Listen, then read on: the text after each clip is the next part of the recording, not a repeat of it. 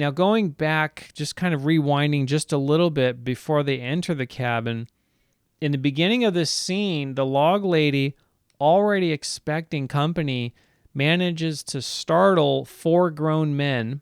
3 of them are armed, making them look and feel like silly little boys. I mean, just look at their expressions here. They all look like boys that have just been kind of humiliated. And on one level, we may interpret their sheepish demeanor related to approaching the wrong cabin and potentially gunning down an innocent woman. Sure. But on another level, I interpret this as an unconscious signal that these men are about to learn. They're coming into the presence of a great sage, and they're about to learn a thing or two from an ascended master who just happens to speak to a log.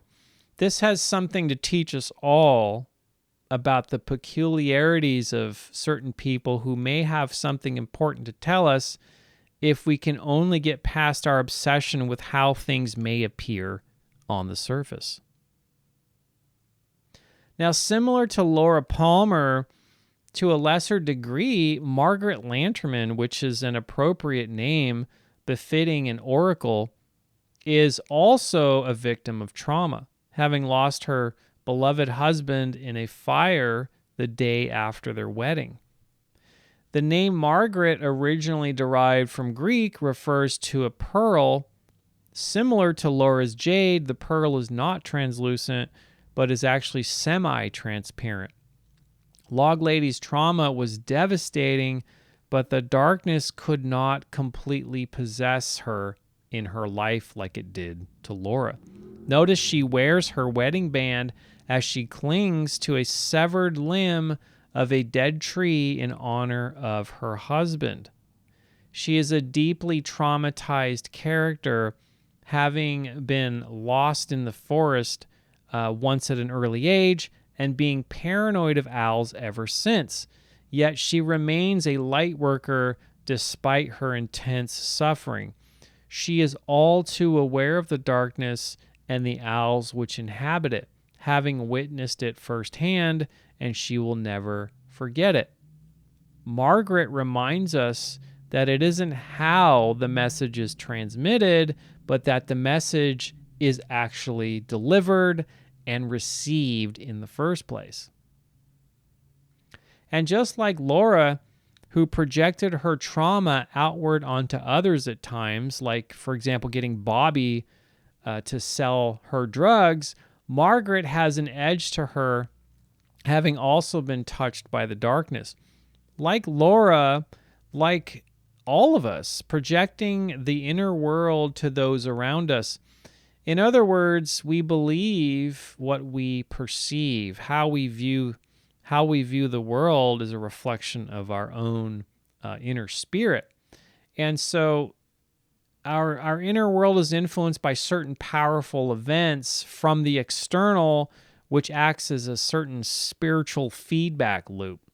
So we cannot help but project our world unconsciously onto others in many instances.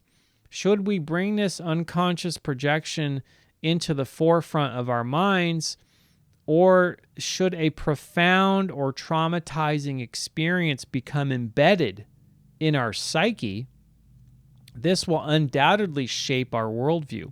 So when Margaret tells Agent Cooper and Sheriff Truman, "Shut your eyes and you'll burst into flames," how I interpret this statement would be like this. I would say that just like, channeling or imagining myself to be Margaretlanterman as her character, I would say something like, the reason I say shut your eyes and burst into flames is because in my sleep, I imagine my husband being burned alive.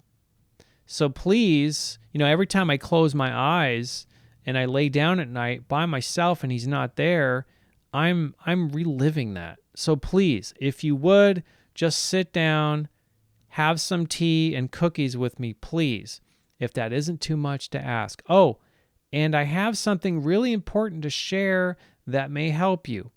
I'm really trying my best here, considering my life situation, so please just sit down and shut up for a minute.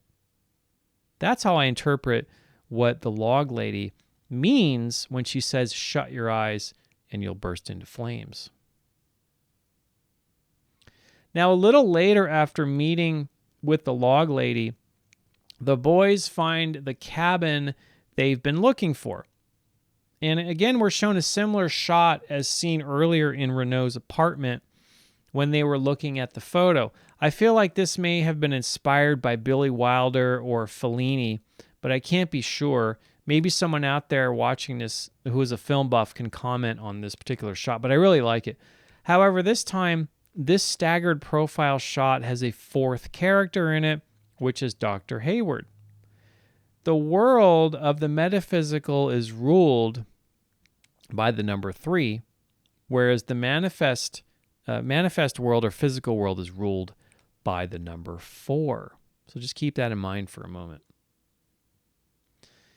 And there's always music in the air.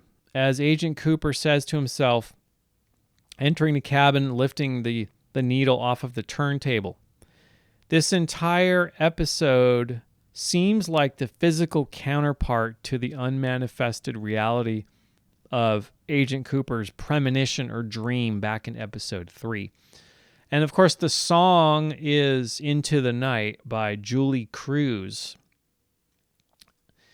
And so moments later, Sheriff Truman finds Waldo, a cute reference that just about everyone should understand at this point. Finding the bird is, of course, related to the arm in the Red Room of Dale's dream in some way. When the arm says, where we're from, the birds sing a pretty song. Which then begs the question, was this the place the arm was talking about?